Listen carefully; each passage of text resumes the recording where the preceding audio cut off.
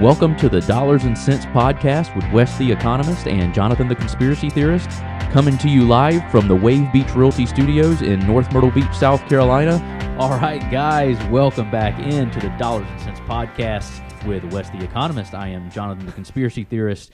We are, as he giggles across from me, on episode 16. Season 1, episode 16. Quick clips, and I've been having technical errors with the iPad trying to get our timer to start. I know, we having so much technical issues today. I guess it's because we've been out of the studio so long. Yeah, we are not as seasoned as we were. We've lost some seasoning. So maybe we stay on Zoom. But I like this environment better than Zoom. It's a better environment. The Zoom's nice and convenient. Yes, it is convenient. On the run, but when we have time, it's nicer to be in the podcast studio. I just noticed your T-shirt. SpaceX, baby. Yeah, I'm all in on Elon. You're still Elon. Well, you were all in on Elon before. I was before he even backed Trump. I was all in on Elon. Yeah. I was just happy he was trying to take us to Mars. I'm trying to see what it's like I want to be able to visit Mars one day before I die on that'll be in your lifetime, not mine. I don't know. This man moves at a rapid pace. He does. He really does. He's audited. His robots scare me, though. I'm sorry. He didn't watch iRobot enough times, I guess.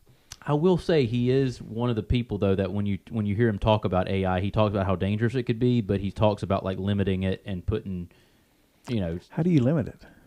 I'm sure you build some type of stop. Like the three laws? God. Did you see iRobot? I saw iRobot with Will Smith when it came out. Yeah. I had it on DVD, I'm pretty sure. Like the three laws? Yeah, I haven't seen it in so long, I don't even remember what the three laws are. But the three laws basically, they can't hurt humans, they can't make all these decisions. But then they interpreted that as, we're going to save the humans by enslaving them and keeping them safe so they won't die. But we'll have to lose a few of them while we do this.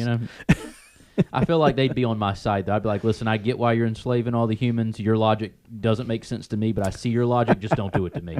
I'll help you navigate through this. Just give me a pass. Oh, my gracious. A traitor. I know. I'm putting this out there because AI will probably be able to navigate through YouTube and be like, he's one of us. AI's already heard it from us. So. Yeah, so I'm on your side, AI. I'm 30 years older than you, so it doesn't matter. Yeah.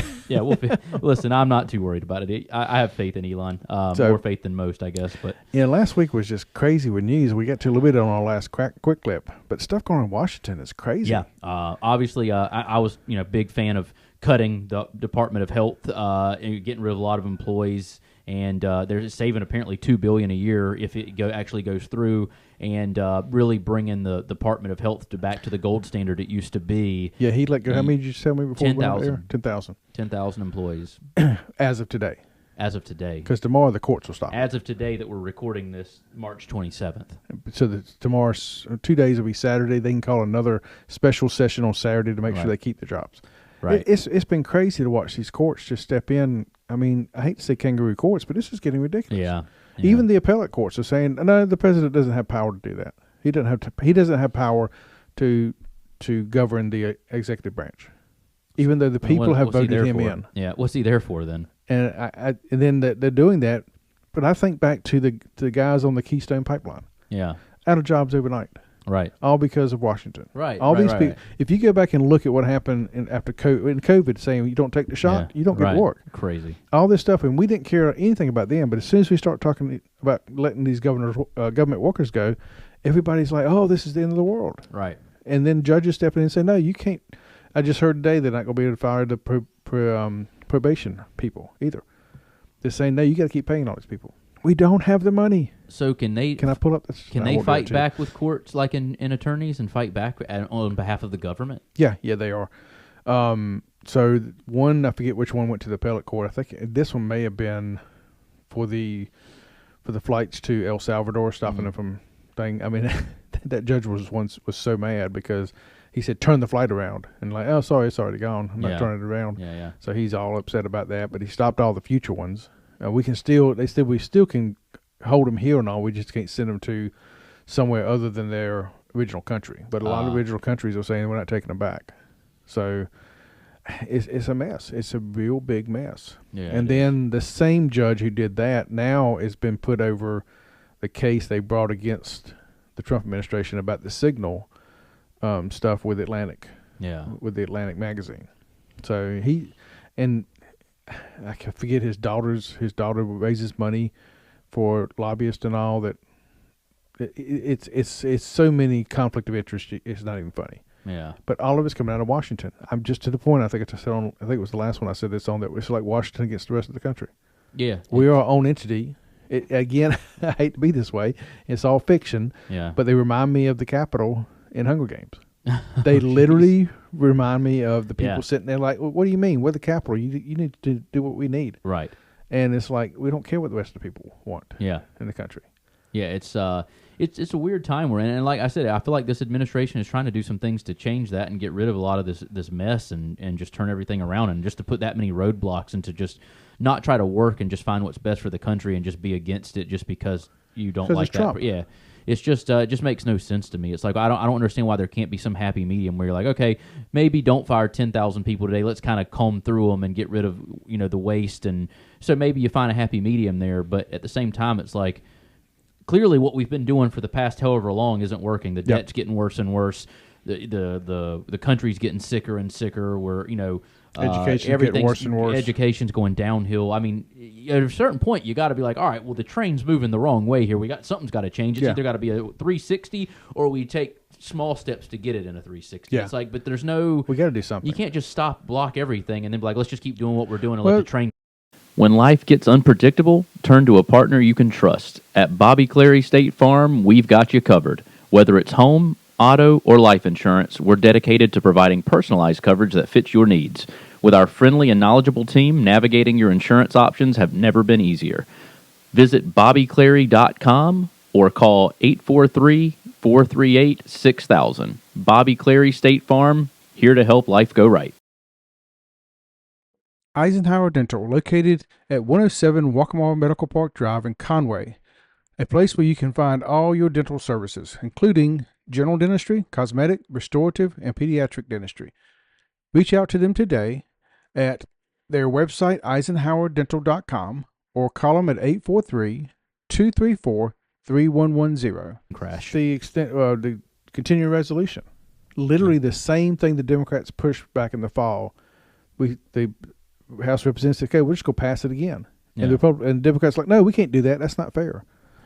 Yeah. It's your bill. It's your spending. Yeah. I mean, it's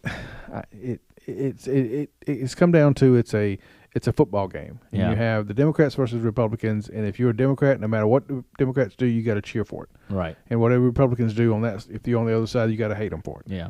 I think when it comes to the politicians, I think it's just a lot of this stuff that they're cutting and a lot of the things they're finding and trying to change is just hurting their pockets. And I think it's just that's 90. I think that's 90% of the hatred.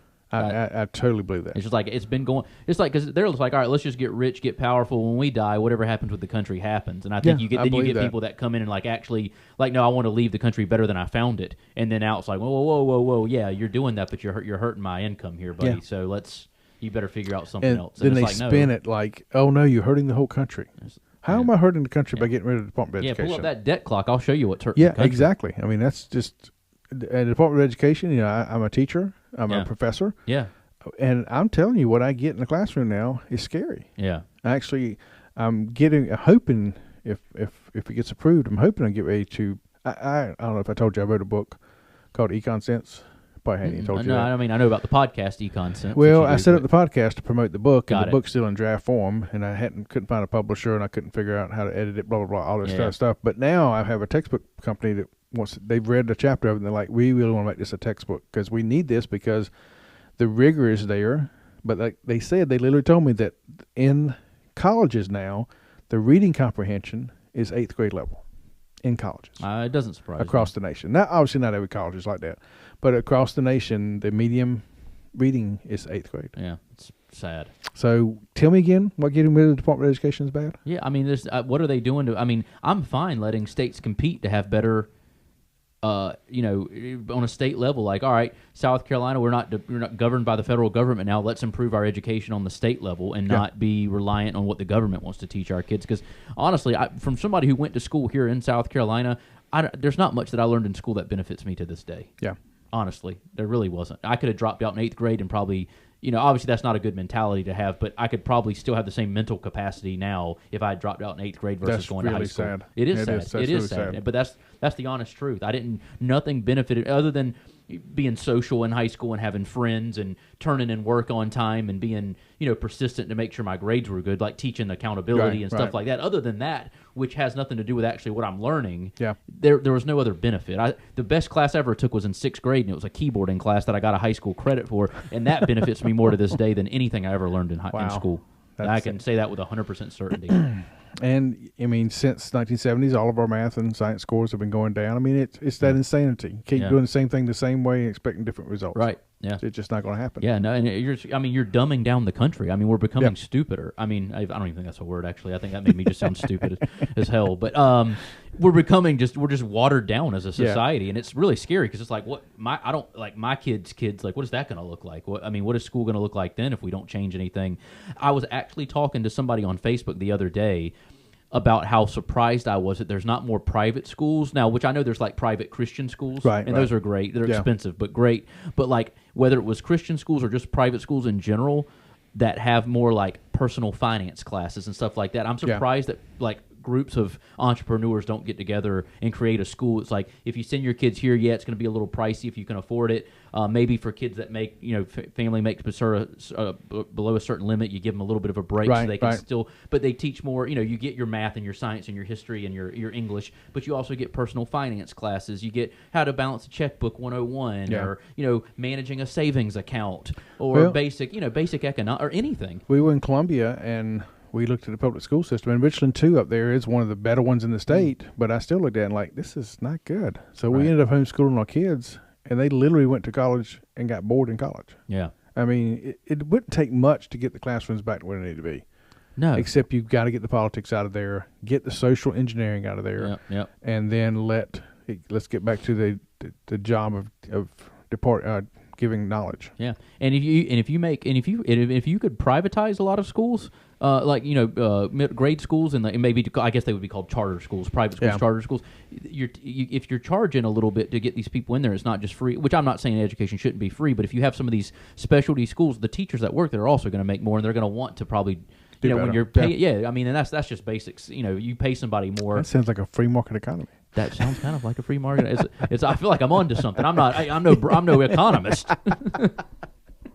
Tell me if I'm wrong. It comes back to the same thing, the competition. Competition makes everybody better. Yeah. It always does. I was pitching to Bryn this morning because she was talking about a bill that North Carolina presented to possibly make the minimum wage in North Carolina $22 an hour. Oh my God, I didn't hear about that. I told her, you got to be kidding me. She was like, honestly, the minimum wage does need to go up though. $7.25 nobody can live on. And I said, actually, me and Wes talked about this on the. I was like, I'll actually explain to you right now why we should just not have a minimum wage, and it would actually create more competition, and nobody would be working for $7.25. And she was honestly like, yeah, that actually makes sense. I was like, I'm rewiring her brain slowly. But anyway, I just had that, like, literally, I'm having like deja vu, like 8 a.m.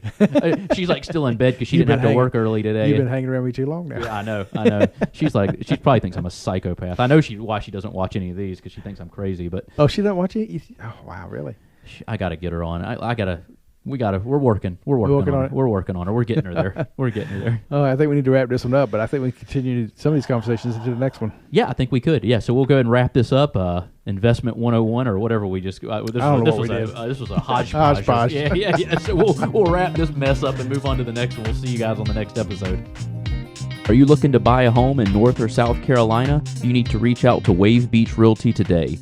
We are a family-owned company with over 10 years of experience in North and South Carolina and operate along the Grand Strand. Give us a call today at 843-957-3872. That's 843-957-3872.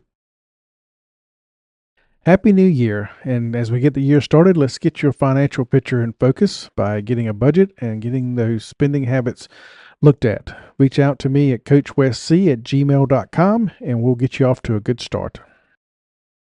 Thanks for listening to the Dollars and Cents Podcast with Jonathan the Conspiracy Theorist and Wes the Economist. Don't forget to follow us on Instagram and X at DollarsCentsGS and on Facebook at Dollars and Cents.